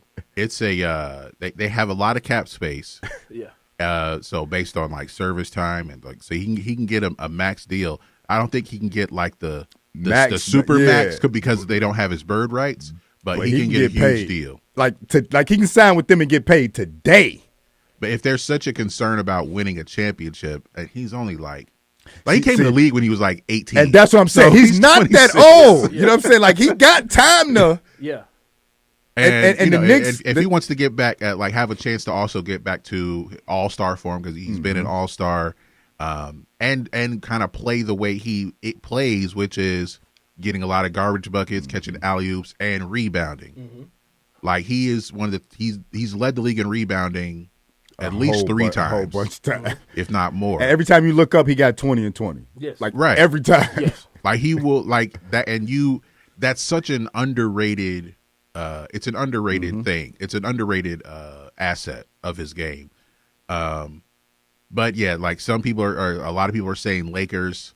But I just think it's because the Lakers think they can get everyone.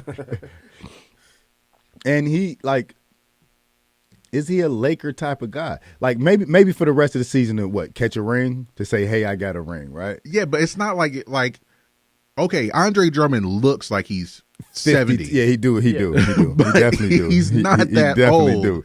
And I don't think he's had a whole a major injury history. He hasn't.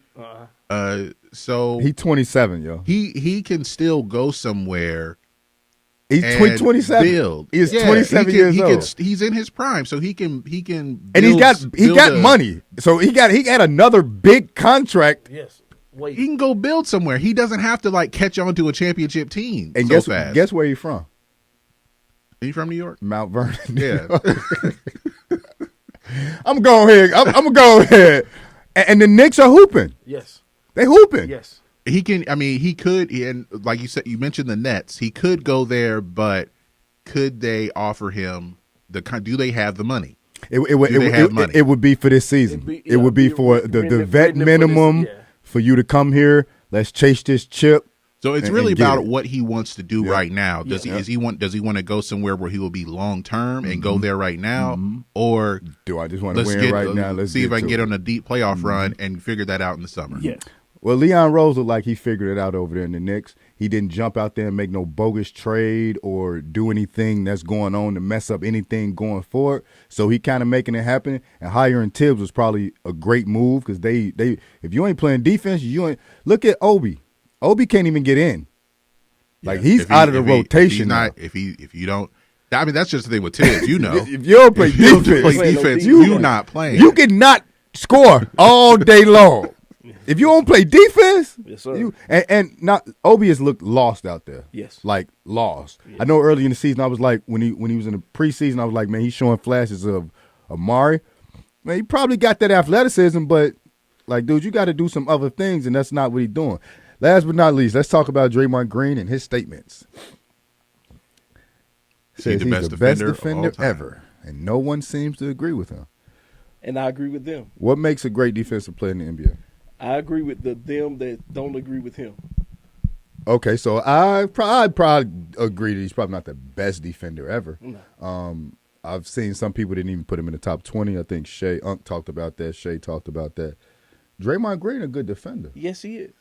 And above anything, you know what I think makes a great defender is knowing the game and being smart. Uh-huh.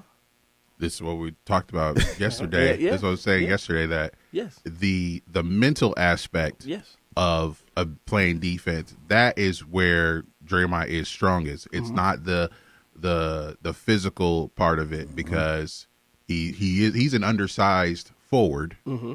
He's not a shot blocker. He's not quick, but he knows where everybody needs to be. He changes the whole team. And he can guard multiple positions in a way. Yes. But I mean he's a versatile defender. He's 6'6" and can guard your center, but not guard your center in the way that most people gonna think, right? Yeah. Yes. I'm not gonna shut down your center in that aspect, but I know how to make the team understand how to shut him down, or not even shut him down, make him pass it out the post, make him do things that he wouldn't. Exactly. There was a play. It was earlier this season. I can't remember who they're playing, but the Warriors are up 2. It's less than 10 seconds left, and you see Draymond before the play. I think he was telling Kelly Oubre they're going to set a screen over here. So if he goes this way, then we'll switch. If he goes the other way, then you stay with him. And he was like, "Oh, watch for this pass over there because this guy's coming." He knew the entire play. Yep. Right before it happened, and it happened exactly the way he said, and they got to stop. And Tony Allen tweeted something out hey, you forgot about me, what? And Tony Allen from the crib, and he definitely a dog, a dog. But I've heard someone say he looks like he plays pickup in Timberlands. Yeah, he did. Yeah. He with jeans on. He can't when I tell you from the hood, for real. I'm talking about he was in some stuff with gunplay, like that type of stuff. So like it really is that. Like I'm talking about probably. Gotta be ready. When a foul get called, he over there probably hitting the square, or you know what I'm saying, like taking a time out doing that. Little Henderson. Right. And Draymond's response was, "Big homie, I ain't forget about you. You was a great defender, but you was such a great defender, we was able to take you out the game. You know how they did? Y'all remember how they did that? They didn't stick them. Yeah. Right. So what did Memphis have to do at that point? Yeah, take him out. They had to take him out. So what does that do to Tony's defense? It put it on the bench. It takes his defense completely away. Yeah. And some people say, "Well, Draymond's not that great offensively, but he know how he can facilitate exactly. He is a point forward. Runs the so offense. you can leave him alone and think he got to shoot. Nah, he gonna run the offense and do something different. Yeah. And he has guards that can play off the ball, and he can get them the ball. Yeah. Like now, people, it's hard for people to see Draymond's actual value. Yeah, Draymond is they a just great look at the numbers. Other. Yeah. He's not the greatest defender ever. No, hell no. Mm-hmm. He's a great other. He's a great teammate. He's a great team defender. But as far as individual, it's hard. Yeah. All right, we're gonna wrap that up. Next up, we coming with some MLB. Let's talk about this baseball. You know it's almost time for it. All right, we'll be right back after this quick break.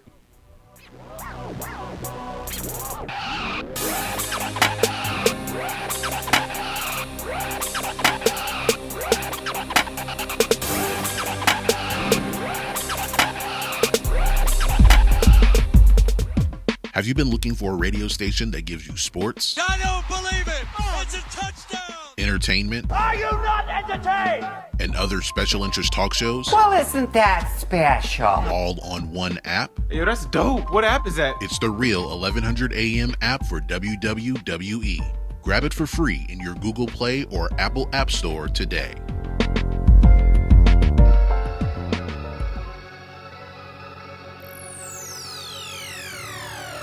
Ladies and gentlemen, this is Cat Williams, and you are listening to 3 Point Conversion Radio.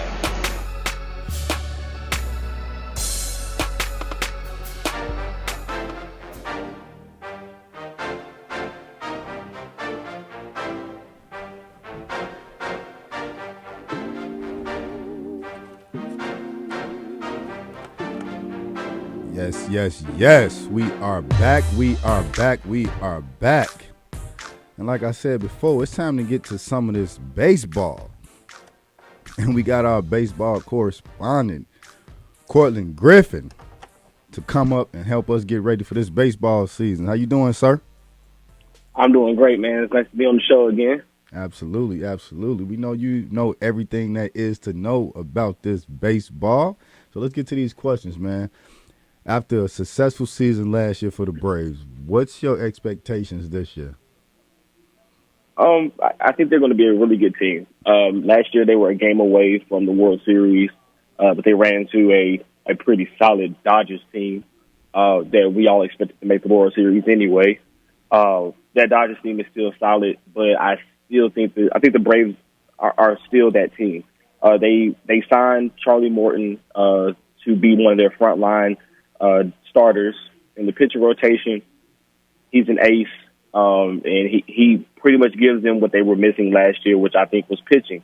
You can't go up against a batting rotation like the Dodgers or any team in the NL on that side of the country and think you're just going to go out there and have a mediocre pitching rotation and win the game.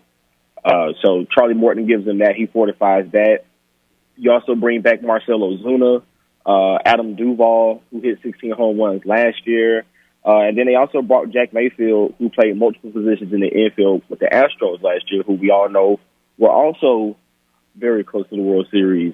And we know how good that organization is at developing players and teams. So I think the Atlanta Braves are going to make another deep run. Are they going to win the World Series? Are they going to make the World Series? We'll see. But I think they're really close. 16 home runs in that shortened season. That equates to what, almost 40? Yeah, close to 40. If not 40 plus, closer to 50. So When you factor that in to a team that you get, because this year the difference between last year and this year is last year was 60 games. This is 162 games. So a lot of those teams that you saw having success last year are going to have to prove it this year.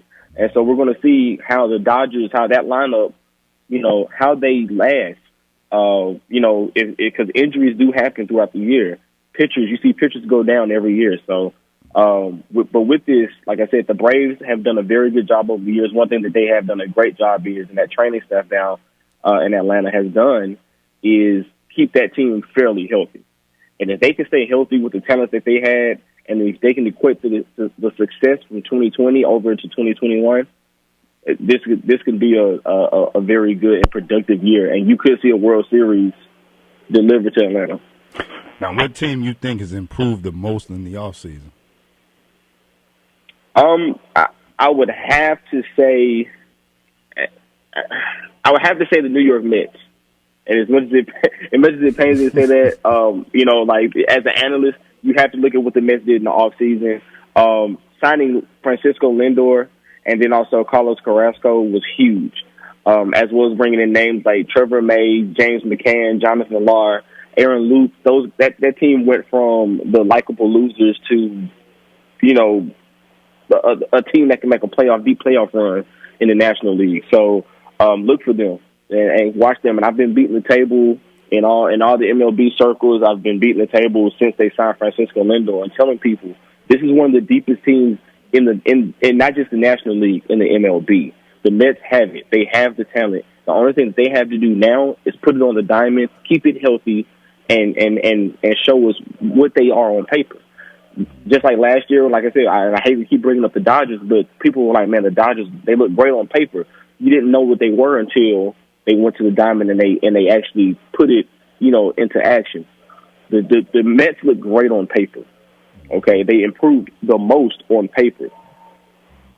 And that paper can translate to the diamond, and they can win easily 95 games this year and be a top seed in the playoffs. But they also the Mets. Yeah, So yes. All the teams are. And all the teams across the bridge. The Mets, the Jets. You kind of wait for them to mess up, but in all actuality, the Mets, they're under new ownership, they're under new management, and that's how you change the culture. It's not so much as like baseball or basketball where you can change the GM, but you didn't change the coach or you didn't change the players. In baseball, it's more or less once you change that owner, he brings in a new attitude. He brings in a new wave of winning. So so this team has changed pretty much the core of the team, and those players are going to and those players and those veterans on that team are and Francisco Lindor is coming from the Indians, who have made it, and they've won. So he's coming from, he's young. So even to speak they to that, can like change you the said, culture. changing that ownership. That's how the Cubs was able to break their 100-year curse. Yeah, 100-something year curse. Ownership, and things changed. All Right. right. So who you think has the toughest division in baseball? As much as I want to say the AL East, is still the crucible of the MLB. I'm sorry, you can't deny them. The Yankees, the Red Sox, the Tampa Bay Rays, the Orioles, those guys, that team those teams are always going to battle it out, and it's always going to be a tough division. But the toughest division as of right now is the AL Central. They are quickly becoming the toughest division to win. They have 4 teams that are very closely talented. You look at from top to bottom. Those teams battle out. I think last year was like a 3-team gridlock almost, and all 3 teams couldn't make the playoffs. So you look at that, and it's almost you can almost guarantee that the top 3 teams are going to be very close in record. Last year, I think there was a game difference between each team, and two of the teams tied. So it's gridlock, and it's a scary thought to look at that. To look at those teams, the Minnesota Twins, you got the Detroit Tigers, the Kansas City Royals. You look at those teams, and you look at what they're able to do, what they're able to bring to the table, and the prospects. Those are some of the best. I don't know what it is about the Midwest when you're talking about prospects and developing prospects, but those are some of the best farm systems in the MLB. Those guys, they never last very long in like the minors. Those guys come up, those prospects that land on those teams and in their farm programs, they always end up on the roster within a year or 2 years. So you look at that division alone, you may see one or two. You may see two of those teams make the playoffs this year. Man, you better talk about them White Sox.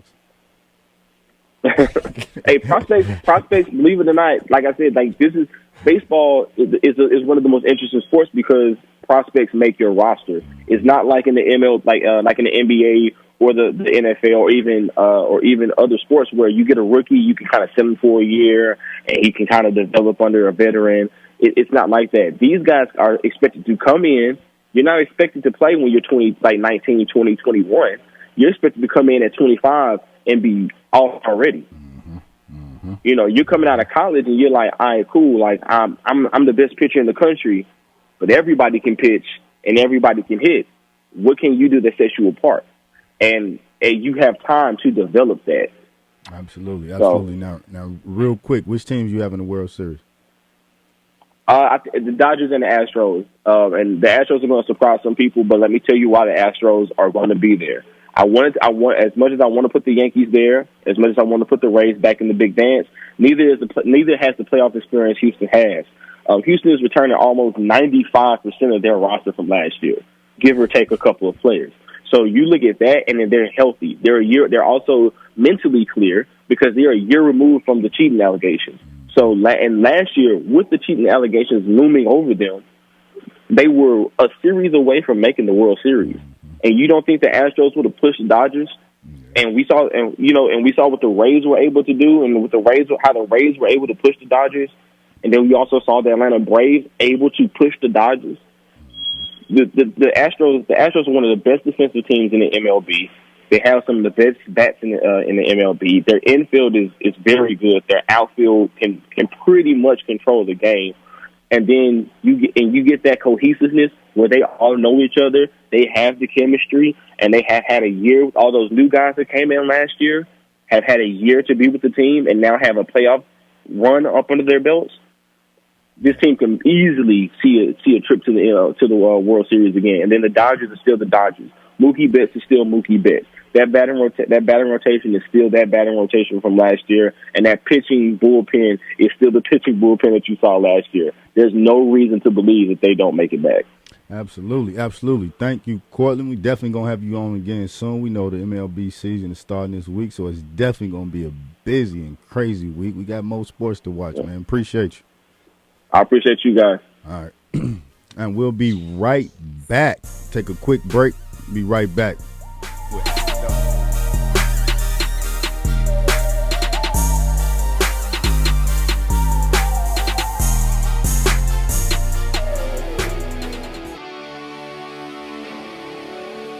Have a sports injury?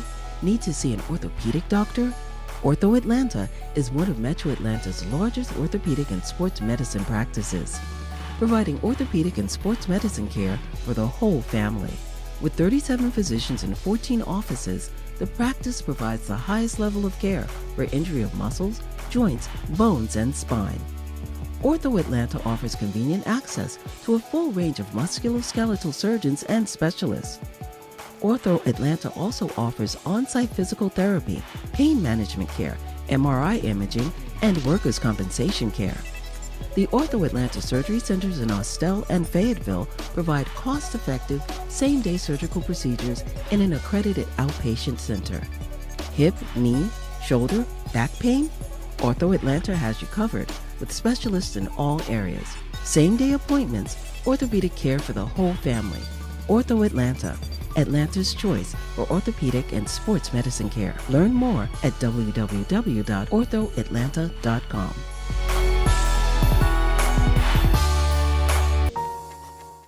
Hey, I'm Diana Taurasi from the Phoenix Mercury, and you're listening to the 3-Point Conversion Radio.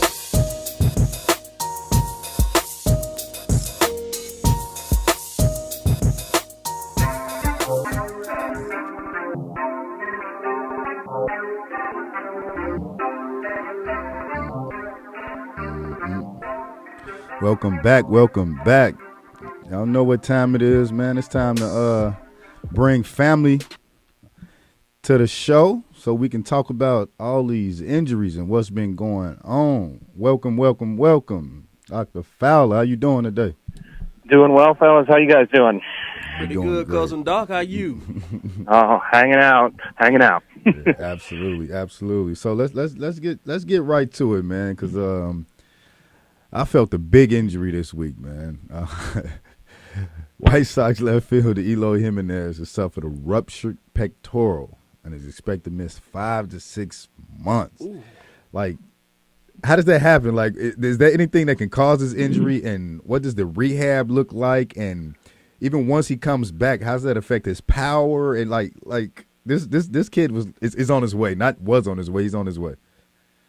Yeah, condolences out to the South Side for now. But this was, I think, really kind of one of more of those freak things given the circumstances. It's pretty rare you see a baseball player tear their pec. If you watch that play, his arm kind of got caught over top of the wall and I think just got stretched where that pec tendon tore. Normally you see it a lot in these football players, linemen, linebackers, where they're trying to get off a block or jam into a guy and you get that almost like a bench press maneuver, like sudden contraction, and it can rip that way. So that's where we more commonly see it. So unfortunately, this was just kind of wrong time, wrong place kind of thing.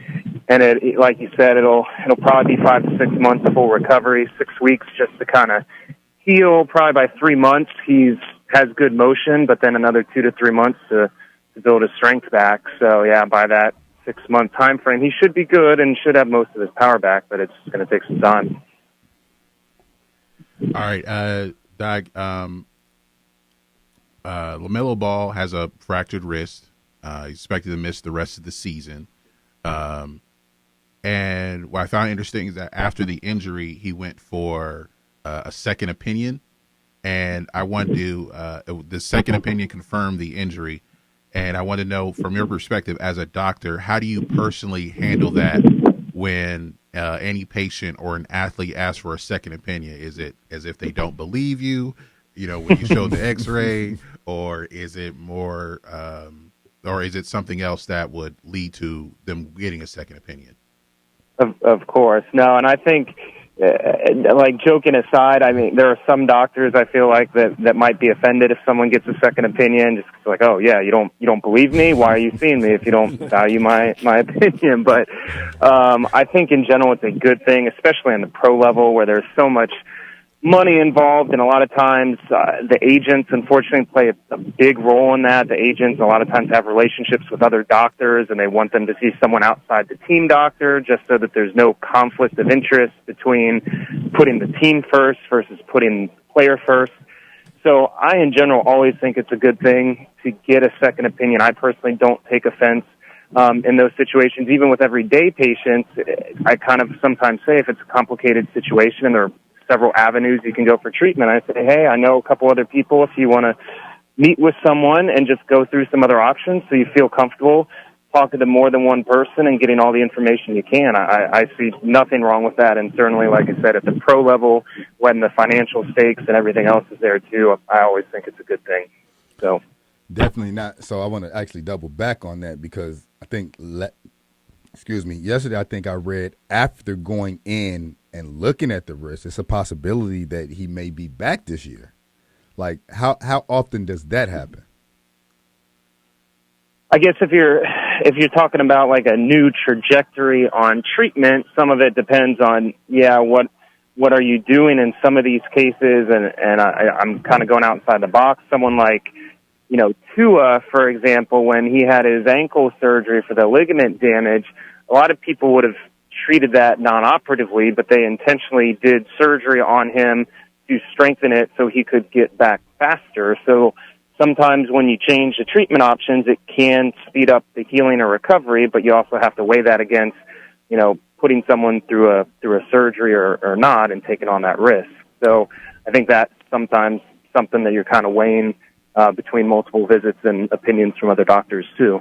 Absolutely. Now, J.J. Redick has missed some games after having a non-surgical procedure on his heel, and there's still no timetable for his return, even after being traded. What is this procedure, and is it an alternative to surgery, or does it buy time before surgery is needed?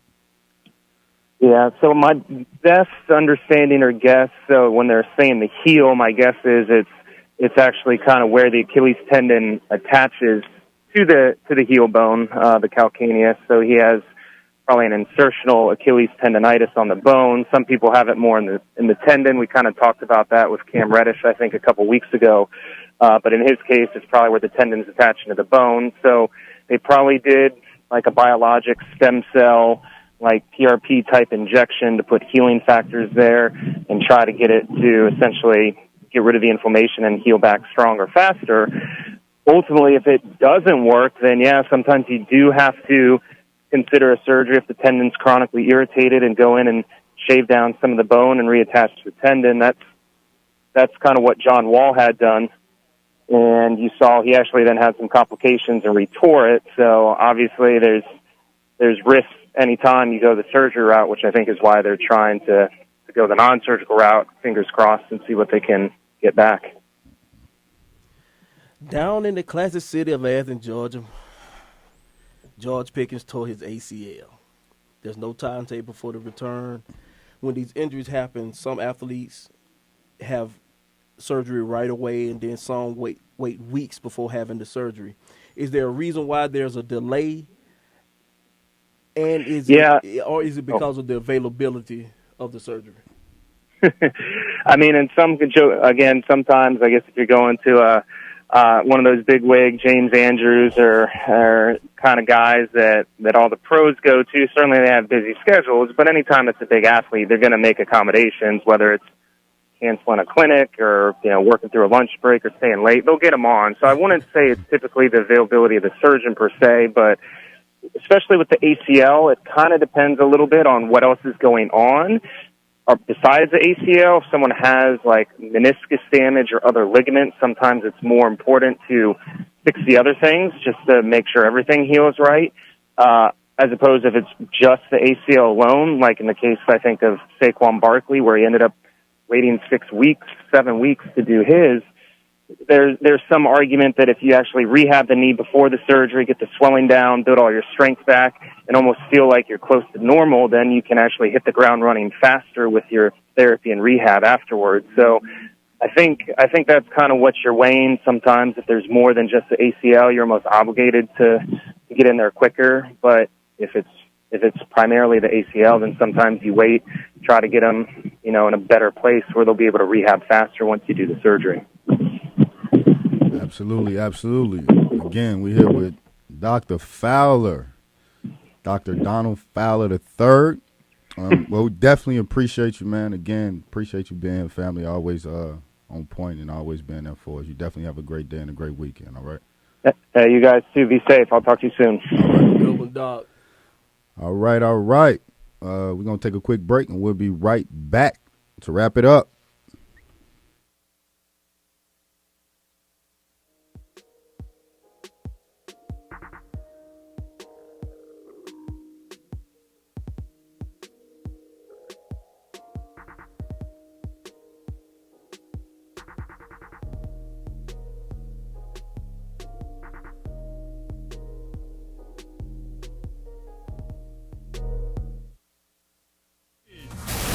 Welcome! You're listening to the Sports Shock Show, and I'm the Sports Shock Wayne Candy. The 3-Point Conversion Sports Lounge, and I'm your host, Mr. Controversy. Hello and welcome to DNA Sports. This is Don the D and DNA. What's going on? This is Ace of the A and DNA. Where we bring the facts about sports. It's Sports Round Table. I am your humble host, H.O. Download the Real 1100 app from your Google Play or Apple App Store today.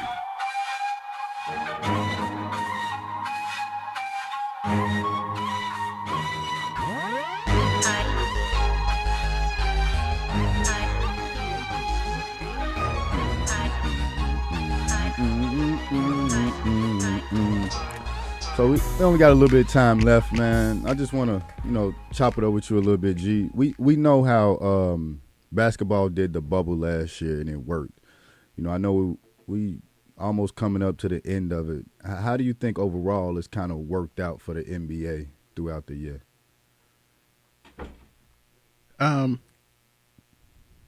As far as what do you mean? Like just overall with the players, some players catching it, and whether it being a breakout. Because when I look at it, I feel like it was, I guess, successful as it could have been. But then you had some teams that didn't play for 2 weeks, or you know what I'm saying. You have some players, because again, when you catch it, you don't know what this player is or how it's gonna feel. Or Derrick Rose hasn't played since like early February, not only because of that, but because of his recovery. Like you know what I mean. Like you're not gonna go through it. Do you think that there's anything better that they could have done? As far as the, you mean with college basketball or with the NBA? The NBA, yeah. I don't know what more the NBA could have done as far as trying to play this season as normal as possible. If you're going to play as normal as possible, travel is going to be included, and these players are going to try to live as normal a life as they possibly can, and that's just not always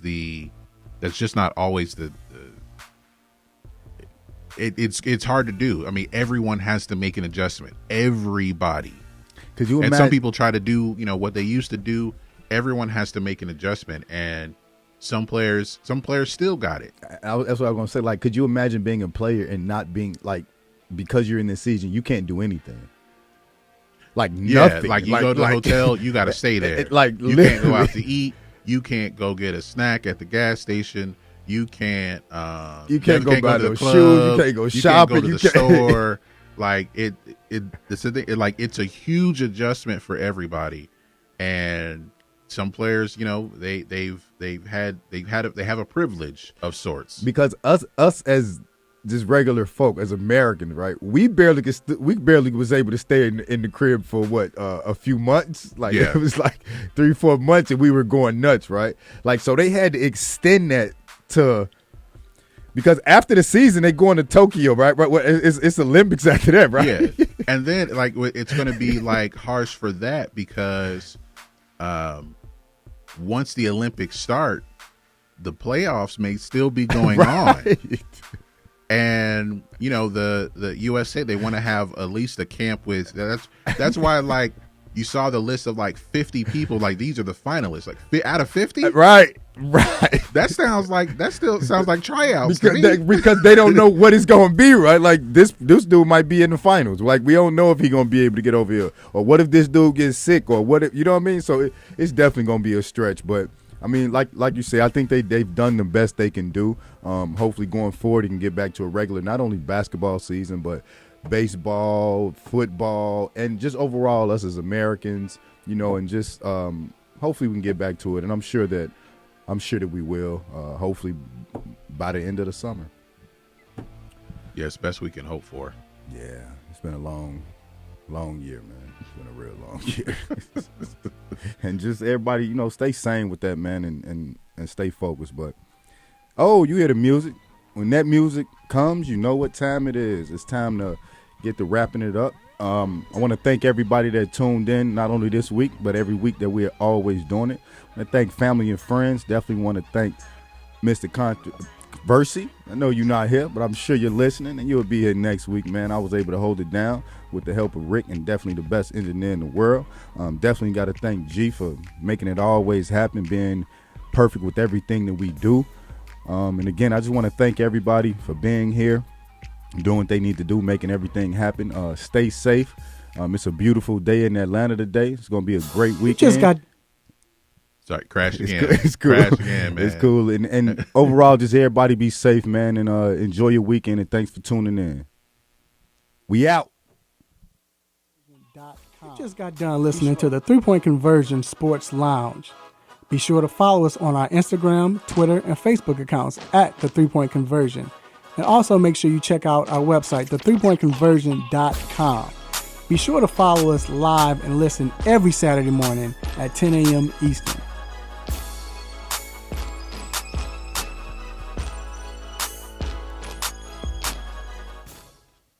Stop it. I'm a man!